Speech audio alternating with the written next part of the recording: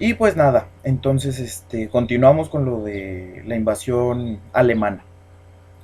Como ya vimos, la Segunda Guerra Mundial empieza con la invasión a Polonia en 1939. Pero, ¿cómo inicia? ¿Qué es lo que está sucediendo?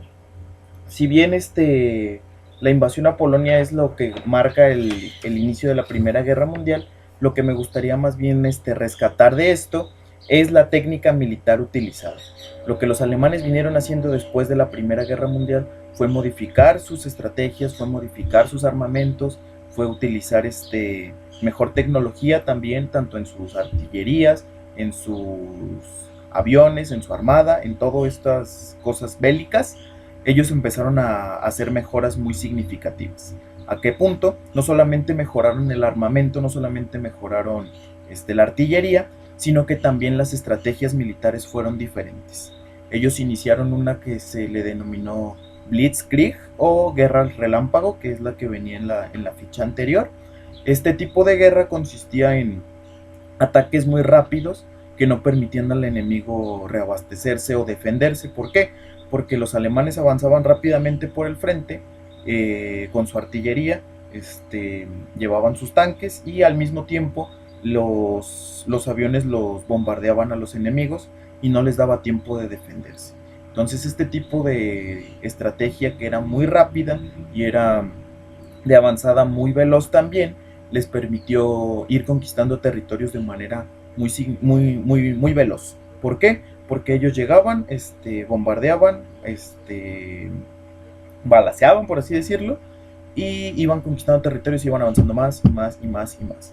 Este tipo de técnica les fue muy útil los primeros años, pues el tipo de armamento que tenían, la estrategia y también la nueva tecnología aplicada a la armamentística alemana les permitió avanzar muy rápido. ¿Qué tan rápido? Pues que más o menos para 1942 ya tenían bastante trecho recorrido. Entonces esta técnica la aplicaron para invadir países como Polonia, Bélgica, Francia, Austria también me parece. No, Austria no, lo siento. Dinamarca también y varios países así de Europa Central y del Este los fueron conquistando mediante la técnica del Blitzkrieg o guerra relámpago. Esta técnica les funcionó muy bien, que hasta llegaron a la parte de Europa del Este y empezaron a enfrentarse con el ejército rojo, el ejército de la URSS, y los fueron recorriendo mucho, mucho, mucho hasta casi llegarlos a sitiar en Moscú, pero esto no sucedió.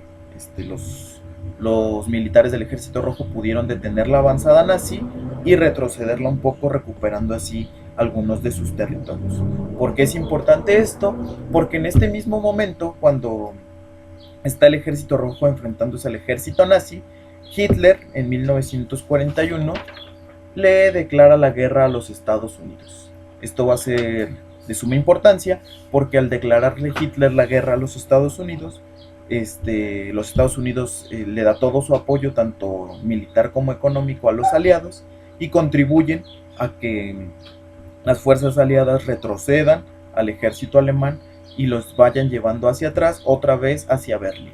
Esto va a ser muy importante porque recordemos es 1941, todavía faltarán 4 años más de guerra para que se pueda culminar, pero sí es bastante importante señalarlo desde ahorita. Desde 1941 ya empieza a haber ciertas fallas, ya empieza a haber ciertas bajas en el avance del ejército nazi. ¿Qué tan poderosos eran los alemanes en ese momento? Bueno, pues para el año de 1942 ya la Alemania nazi tenía ocupación en prácticamente la mitad de Europa.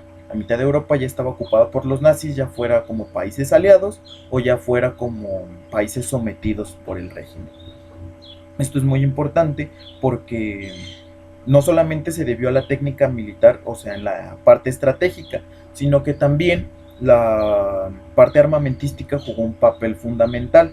¿Por qué? Porque como vimos, en la Primera Guerra Mundial empezaron a desarrollar los primeros tanques ya blindados, como mucho más sofisticados, ¿no?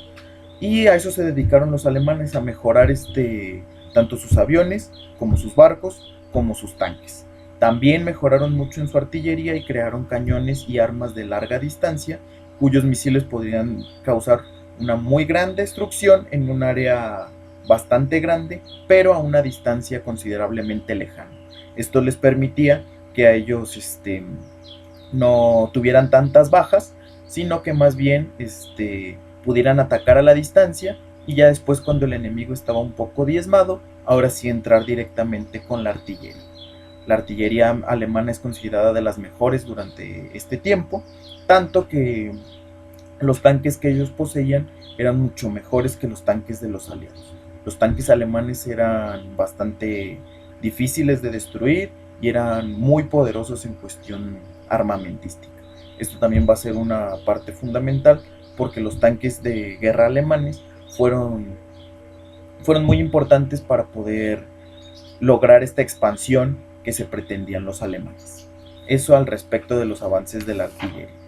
Pero, como ya lo habíamos mencionado, ya los aliados estaban agarrando fuerza, ya estaban más bien ganando cierto tipo de batallas, y esto permitió que fueran retrocediendo al ejército nazi.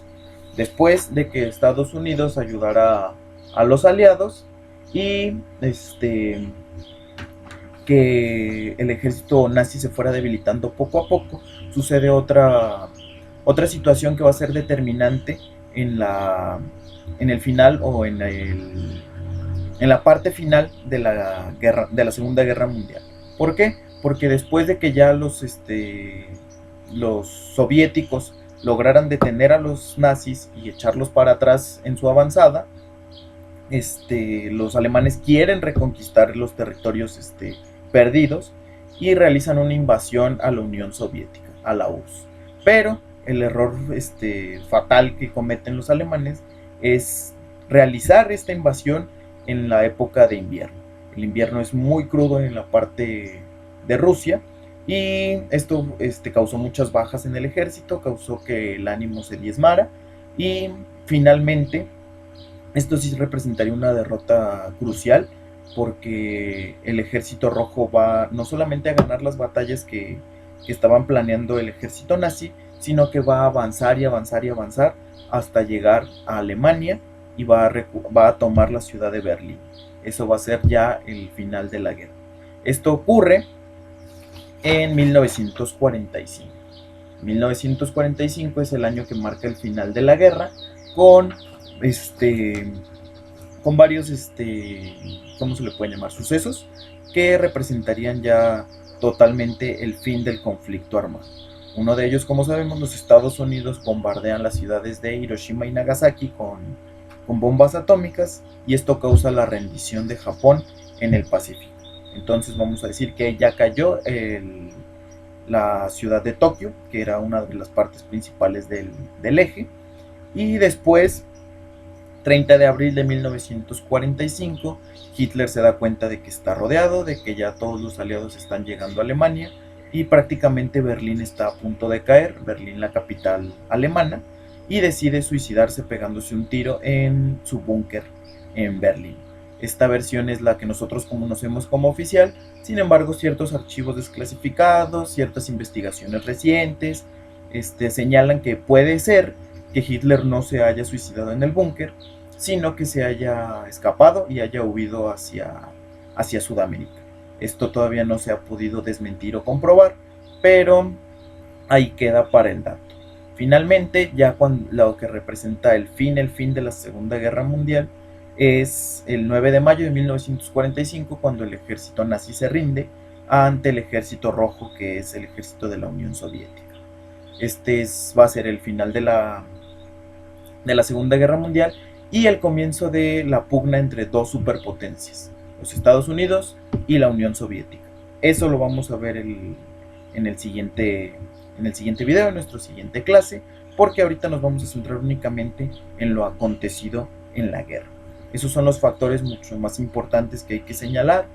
Recapitulando un poquito: la ideología de la supremacía racial, la persecución de los judíos, la guerra relámpago, las implicaciones que tuvieron para avanzar, las mejoras en el armamento, en la artillería, en la aviación, en la armada naval y finalmente los errores que cometieron el ejército alemán, que los llevó hacia ir perdiendo batallas y perdiendo batallas y perdiendo batallas hasta finalmente ser derrotados en 1945. Estas son de las partes fundamentales de la Segunda Guerra. Igual en la presentación viene dos fechas también muy importantes, que son el desembarco en Normandía o el día D, que es cuando los soldados estadounidenses y ingleses, si no me equivoco también, desembarcan en las playas de Francia para detener al ejército alemán. Y también, como ya mencioné, los bombardeos atómicos de Hiroshima y Nagasaki son algunos de los sucesos mucho más importantes de la Segunda Guerra Mundial. Las bajas fueron innumerables, ya fuera en combate, ya fuera en los bombardeos, ya fuera gente civil que simplemente le tocó recibir el fuego, o también la persecución. La Segunda Guerra Mundial fue un evento bélico de tan alto alcance que sí diezmó bastante a la población. De hecho, actualmente las cifras al respecto del número de muertos durante la Segunda Guerra Mundial son muy inexactos porque no se tienen registros de todos los fallecimientos. Lo que sí es verdad es que es un capítulo muy negro en la historia del ser humano, pero como dijimos, es importante reconocer los errores que se tienen en el pasado para no cometerlos de nuevo en el futuro. Y pues nada, esto sería todo por parte de la Segunda Guerra Mundial. En el siguiente video vamos a ver qué es lo que sucede en México, pero unos años antes, durante la etapa de la Revolución. Espero que este video les ayude, que este video les guste y nos vemos en el siguiente videito.